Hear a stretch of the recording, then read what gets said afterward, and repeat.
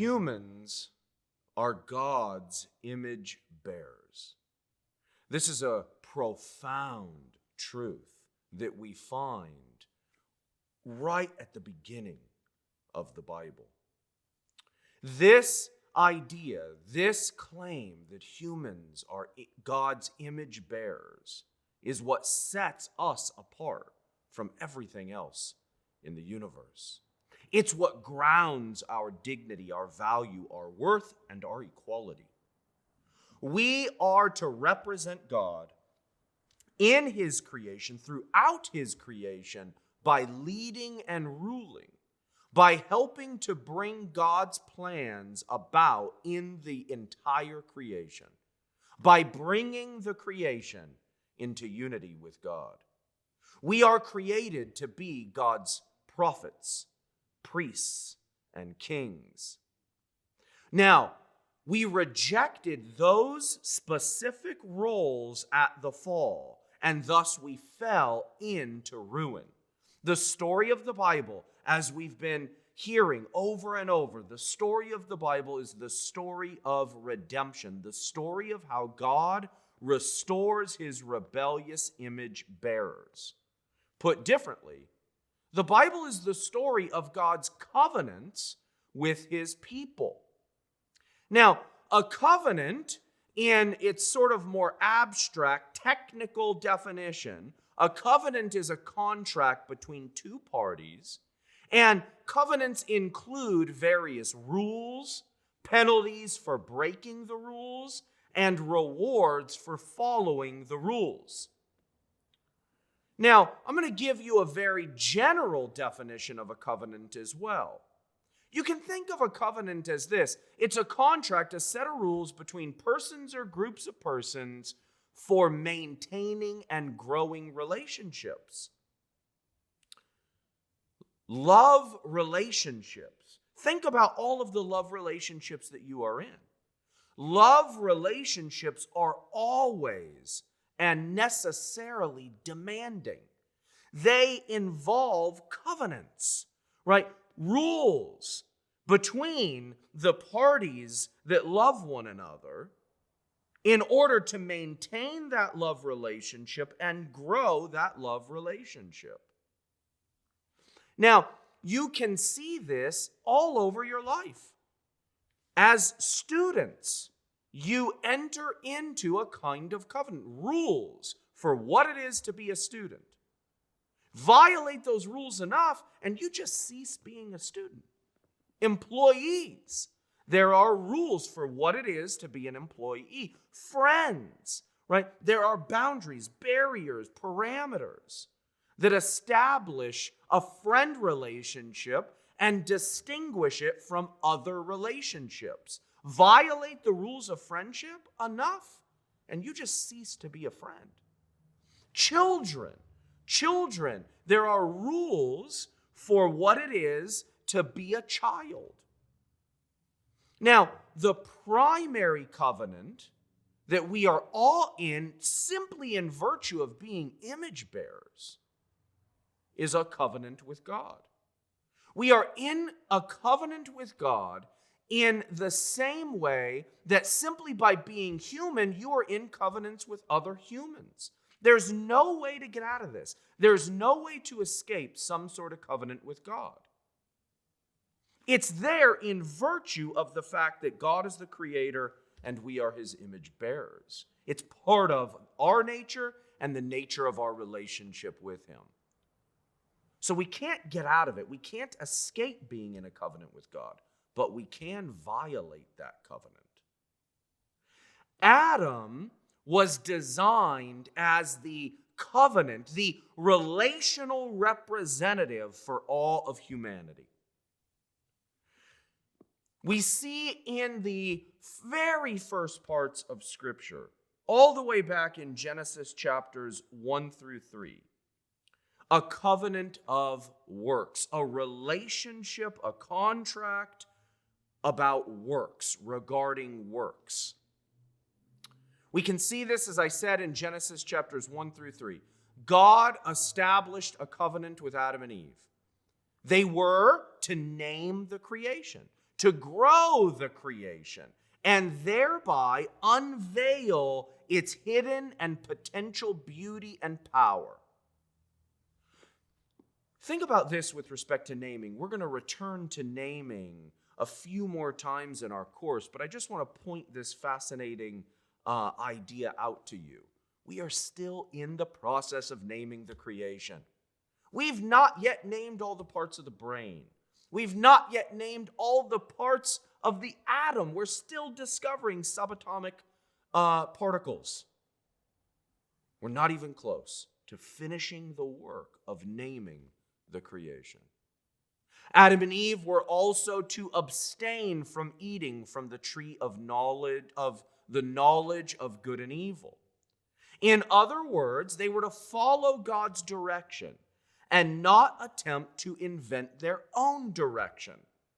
That's part of the covenant, part of what it is to be in a relationship with God, who is Lord, who is Creator. But as we all know, they failed. They decided that rather than live under God's rule, they would prefer to live under their own rule. And their fall is our fall, since Adam is the covenant, the relational representative of each and every human being, born of a mother and father. Adam's fall is our fall. Now you might think, wait a second, that's not fair. Well, here's just one way to think about this. Adam was born without flaw. He was born without sin. He was born in direct communication with God and the creation, with everything at his disposal, within arm's length. And he fell. He sinned. Do you honestly think that you would have done better? How are you doing now? This connects to the doctrine of original sin. Because Adam is our covenant representative, his fall is our fall. We are now born into a fallen world with a fallen nature, a broken nature, a broken covenant. The covenant with God was broken, and we are born into that state. There's a related doctrine here called total depravity. Some of you may be familiar with this. There's a number of different ways to think about this. I like to think about total depravity along as somewhat analogous to a totaled car. A totaled car is not necessarily a car that is completely damaged and at every single solitary part. A total car, right, is a car that's really irreparable by us and others. It's not worth fixing. The amount of cost, the amount of time that it would take to fix the car is significantly above the car's actual value.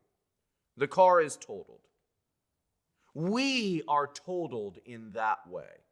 That's the idea. It's not as if, my eyes no longer function at all, or my heart no longer functions at all, or my lungs no longer function at all, or my mind and moral capacities no longer function at all. It's that they're all twisted, distorted, perverted in various ways. They're all tending to decay and destruction. That's what it means to be totally depraved. We have disordered hearts. We have disordered loves. We love things that are lower on the value list. We love them more than we ought. And we love things that are higher on the value list less than we ought. I might love my work more than I love my family. And I might love my family more than I love my God. That is a disordered heart with disordered loves. We are born into a broken covenant. The covenant of works is how Adam and Eve came into this world. They were given a task. That's part of what it means to be image bearers. They violated the rules of that covenant, and thereby they violated, they tarnished, damaged their relationship with God. But God, in his grace, establishes another covenant. And this covenant, this set of rules for a relationship, is called the covenant of grace. And in this covenant, God reveals to us that he will fulfill the requirements of the covenant of works. So the covenant of grace is built on, it piggybacks the covenant of works. The covenant of works is not somehow ditched, discarded, ignored, rejected. No, the covenant of grace perfects the covenant of works. The covenant of grace comes in and it says, humans, you have ruined this relationship. You have violated the rules of being in a loving relationship with God. You've damaged your image. So God says, I will come in and fulfill the demands of the covenant of works. I will do it myself on your behalf. God will fulfill the demands of intimate relationship with him. God himself fulfills the demands of love. Now, as we've said many times, the Bible is the story of God's promise of redemption. Even though we rejected God, our chief good, our ultimate purpose, the one who gives meaning and significance to our lives, he, in his great love and mercy, did not reject us, but he decided to redeem, to forgive, to satisfy the demands of justice and love, while showing us, his enemies, great mercy, the covenant of grace. The Bible is about that. That's the primary focus, the primary story of the Bible.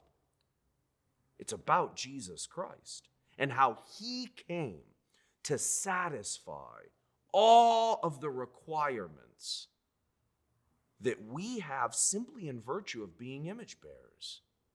Jesus comes and he defeats sin. He defeats the serpent, the tempter, the deceiver.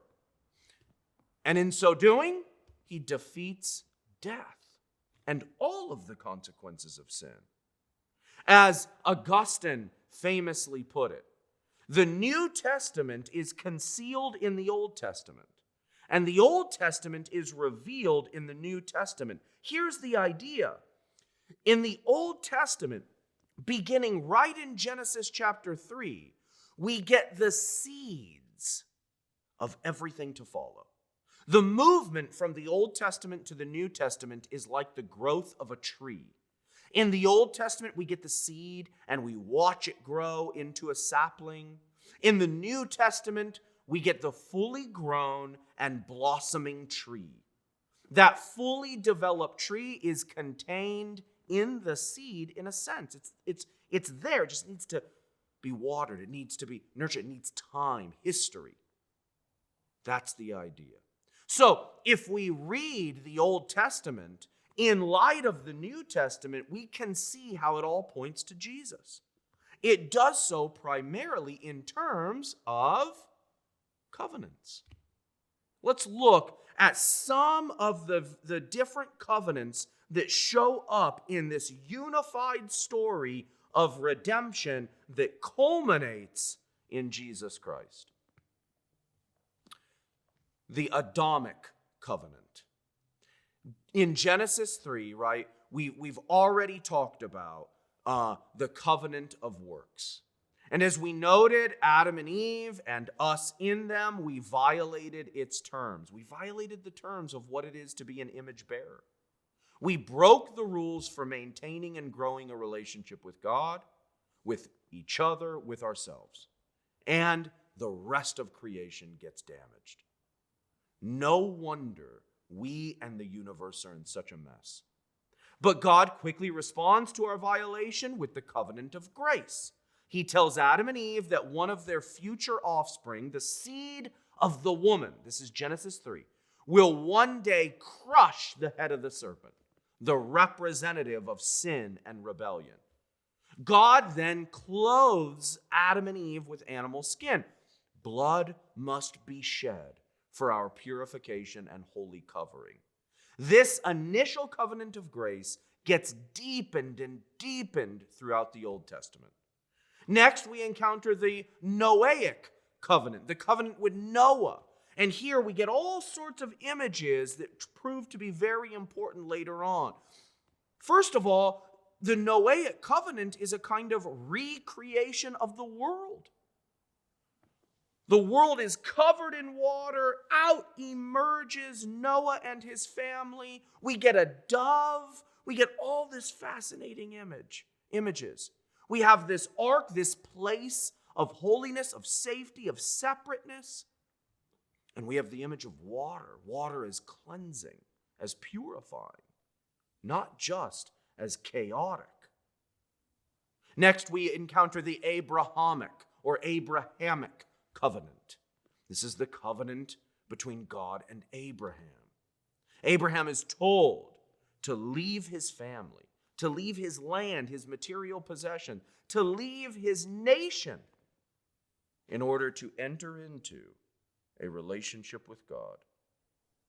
Abraham will be the representative for all of those who are redeemed. But the Abrahamic covenant also teaches us something. Love is incredibly demanding. To enter into a relationship with God, to enter into covenant with God, but also with anybody else, requires radical transformation, radical change. Next, we encounter the Sinai or Mosaic covenant. And here's where we get the 10 Commandments. And I like to think of the 10 Commandments along these lines. They are the rules of friendship with God. Violate the 10 Commandments, and you're violating the rules of friendship with God in the same way that you can violate the rules of friendship with some of your closest friends. Steal from them, you violate the rules of friendship with them. Love is demanding, but it's wonderful. Next, we encounter the Davidic covenant, the covenant between God and David. And here we get, in deeper ways, in clearer ways, the notion of a Messiah king, of the King Christ, the King Savior, the anointed king. And we also learn in deeper, clearer ways the demands of love, the demands of the covenant. Love is always demanding, whether it's between you and God or you and anyone else. And after the Davidic covenant, we encounter in the New Testament a new covenant. This covenant is the fulfillment of all the old covenants. It is the covenant that all of those other covenants I just mentioned are pointing to the entire time. They're always pointing to this new covenant. And this covenant is the covenant fulfilled by Jesus Christ. He becomes our representative. We are no longer represented by Adam. We are represented by Christ. We are baptized into a new name, into a new representative, into a new identity. A new creation has begun.